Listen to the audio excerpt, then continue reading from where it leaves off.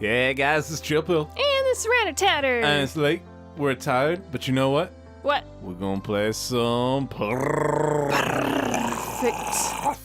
Date. And we've made our way down to the beach. To the pirate ship.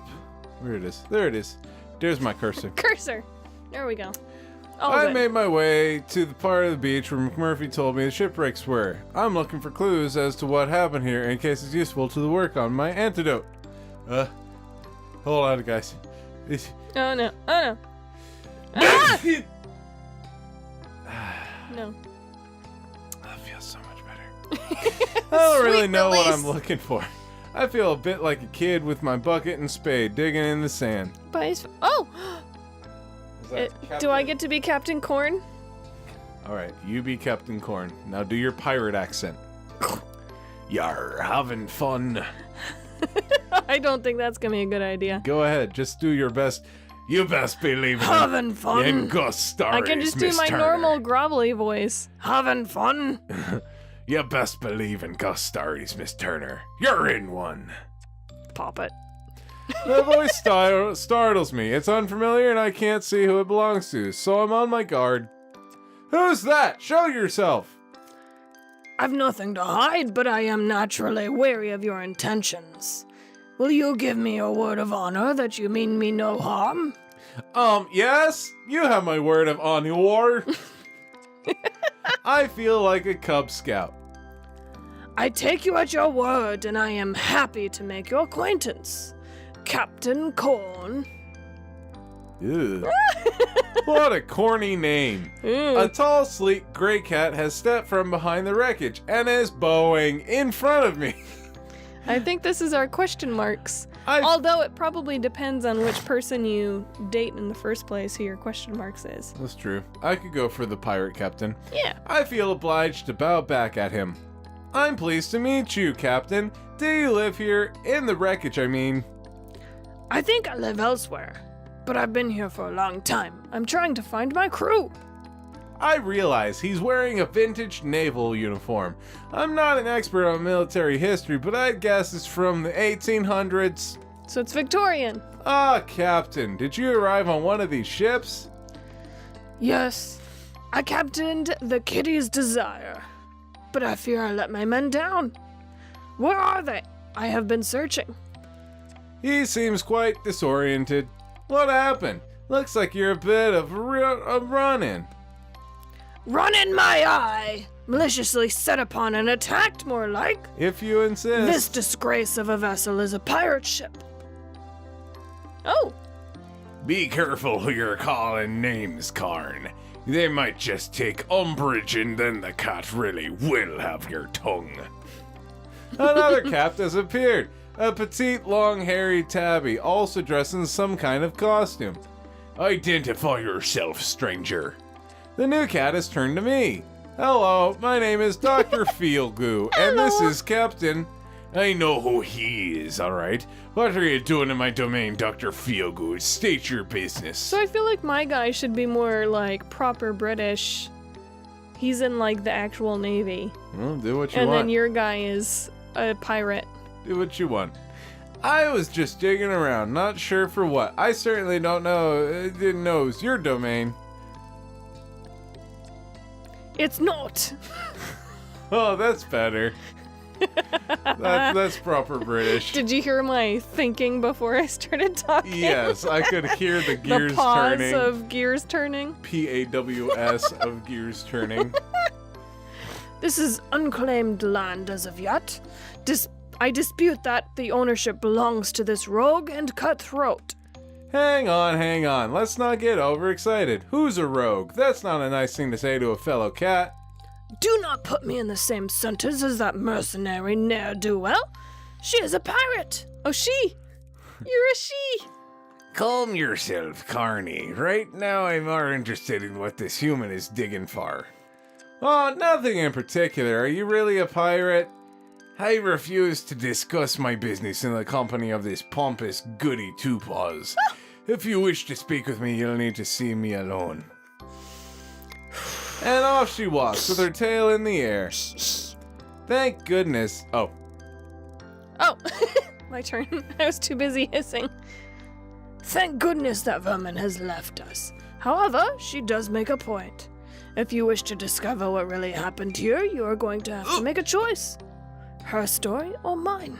Captain Libby or Captain Corn? Probably mine, so I can actually do a voice. Captain Corn.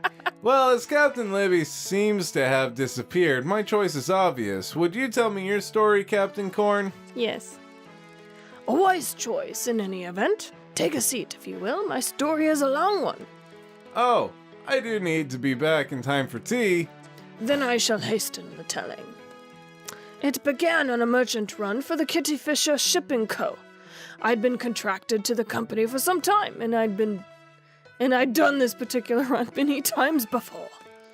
There's nothing in it that's very taxing for a captain of my experience, particularly manned with a crew to the standard of men I personally handpicked for sailing the Kitty's Desire. Although the route was long, it was also straightforward. I never anticipated problems. However, this trip proved to be out of the ordinary in so many ways. The weather was against us from the start. Freak storms had been plaguing abnormally peaceful sea, and several ships had reported being taken quite far off the usual trajectory. The day was proving to be a blighter. The men were doing everything by the book, as I would have expected from my crew, tying down the battening, the hatches. There was no point in being on deck, so I decided to write my log in my cabin. AKA I'm a pussy and I went and hid. Bah. The first I knew of anything irregular was an almighty crash that sent us reeling. I gathered myself and made my way to the deck, being buffeted and blown so that I needed to hold on tight to whatever was available. Sam, my cabin boy, was the first crew member I came by. I could barely hear him above the sound of the storm. Pirates, Captain! Pirates! I could hardly believe my ears. We haven't had pirates on this route in all of my time as a captain. Far too audacious a challenge. My first thought was that they must be as much at the mercy of the storm as we. That was good reading. I'm sorry I skipped ahead. But that assumption was quickly dispelled by the shout. I quickly grew tired of this story. Pirates boarding! Pirates boarding! It was unthinkable. Look at my tongue. I needed to gain control of this situation as quickly as possible. I drew my musket as I emerged on deck to the awful sight of a human vermin scurrying about in the rain and crashing waves, trying to overwhelm my crew and get the upper hand. I could see their vessel listing perilously close to ours, and on the bridge, the unmistakable figure of that she-devil. Captain Libby! The Witch of the Waves, Captain Libby indeed. I stood my ground, holding onto the mainmast and pointing my musket in her direction. I could not hear her laughter for the din of the storm, but I saw her head thrown back and her wild hair fly in the wind as she grabbed the cutlass at her hip and raised it high into the air in defiance. It was at that moment that I saw the wall of water rise up behind her, as though summoned by her. It was the last thing I saw. There was a terrible sound, as though the very gates of hell were torn open. I was struck by the deck, and blackness fell. Ah, that was the huge hole in the stern. Yes, we came apart on impact, and the whole ship was a goner. You can tell she's upset. Here's the storm rain cloud. clouds. They're upset. So cute. I don't know how long we had been in the water. When I regained consciousness, the waters were calmer, and we were drifting on a piece of wood towards the wall of the black rock. Sam seemed to be holding me as I floated in the water. I never let go. Jack. Never let go, Jack! Captain, you're alive. I didn't dare hope. What's happened, boy? We crashed. The pirate scum rammed into us with such force that I fear we're all dead put to us. As I gathered my thoughts, I realized I could hear others moaning and crying out all around us. We're not alone, Sam. Listen, there are others. Help me up. And between us, we managed to get me onto our makeshift raft. I sat up and looked around, taking stock of the utter carnage. But there were men, many of them, clinging onto whatever was floating around, keeping themselves from sinking down into a watery grave. I tried to make myself heard as far as possible. Meow! Meow. Men! Meow! We need to stay together. Try to hold on to each other to stop yourselves from drifting. I'm going to lead us toward the land. We have to get ourselves to those rocks. Use whatever you can to paddle and follow me. You're a hero, Captain.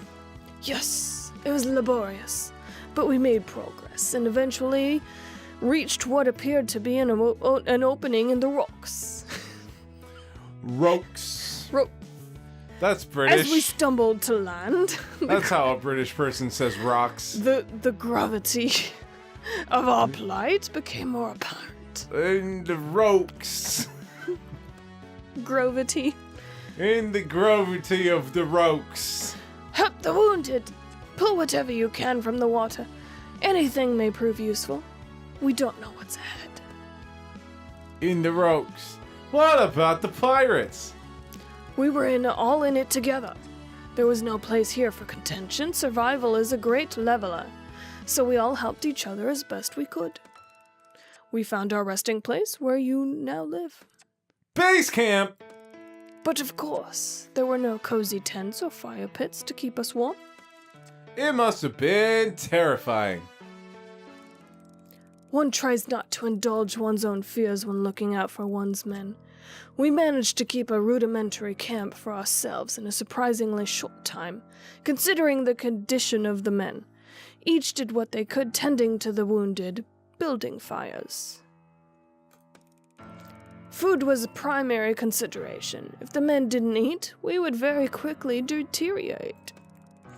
So hunting parties were put together and sent out to scout for food sources. One made of pirate scum, and the other my best men. You know which one I prefer. The pirate scum! As you can see from my little sad cloud. Oh my god, look at Cat Head Cave.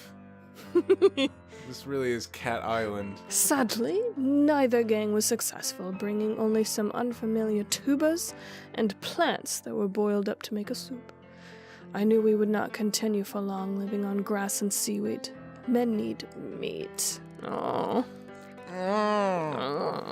I became ever more determined over the coming days, sending out scouting parties in pairs throughout the day and night. Each told the same story.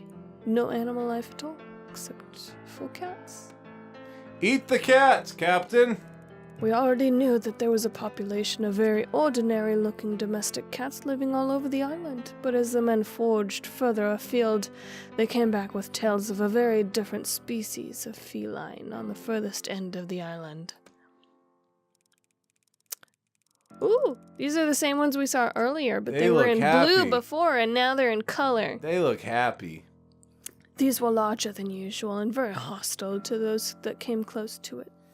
It wasn't long before the pirates began trapping cats and treating them as a food source. Some of the men were bitten and scratched. I wonder why. It was unthinkable to an officer or a gentleman, of course, but these barbarians didn't seem to care what went into their bellies. They paid the price, of course, and quite quickly, too. The sickness ran through their ranks so expediently that their numbers were halved within days. Most flung themselves from the rocks to their death to escape the hideous plague the cats visited upon them. Some wandered off into the jungle, never to be seen again. Splish, splash. I remembered one lad, a pirate named Jim, who lost his wits and began drawing strange pictures in the sand of half men, half cats. He tried to escape by launching out to sea, strapped to an empty barrel. No doubt he perished along with the others. Captain, if you refuse to eat the cats, how is it that you, or the way you are. I don't remember too much about the transition, nor anything else apart from what I've told you. I know I was bitten, but I can't remember how. Do you know what happened to me? No, that's why I just asked you. He looks so small and vulnerable. I just want to cuddle him, but I maintain a respectful demeanor, and I don't pick up the kitty and pet him. I suppose you are all overwhelmed eventually. My understanding so far is that the process is different in each person, depending on the amount of DNA that was transferred. The outcome, however, seems always to be the same. You turn into a cat. Scientifically speaking, of course. Yes, I see. Of course I know that, but what of my men? Why can I not remember? Because you're an idiot. I'm guessing that you and Captain Libby have stayed close? Yes, we seem forever to be tied in spite of our differences. And you must continue to talk about what happened. Your story? The woman never stops telling me. So that memory has stayed alive. Anything you haven't deliberately kept conscious fades over time until you lose it completely. I see. Storm clouds. I'm sorry, Captain Crunch. More storm clouds. Well then, I suppose I ought to go and find that wretched hag of a cat and listen to her story yet again. Tell each other often, keep it alive. I promise help is coming. I'm working on it. I need to go now, but I'll be back soon. It breaks my heart to leave these two, but I have to get back to camp. I don't fucking care. They're a bunch of cats in pirate costumes. Hey! I got work to do. That was a cool, perilous story, and I actually got to do a voice. I gotta fucking do some work. These cats are keeping me from doing things. Let's see if there are more extras. Nope. We did all the extras. All right. Well, it is about that time, and we have gone very long. Wait. We gotta see something. No! Meow. Hold on. We gotta see something. Now that we've talked to Captain Puss in Boots, let's see if he becomes... No, he's not question he was marks. Not question marks. Dang. Looks like... Oh, man. Looks like we're stuck just fucking with McMurphy for the Well, rest of I this love time. McMurphy. Well, I mean... Don't hate on McMurphy. He led us to Puss in Boots. Puss in Boots. Puss in Boots. Well, did that unlock more recon? Let's see. Nope. Looks like we gotta go fuck more with McMurphy. I guess.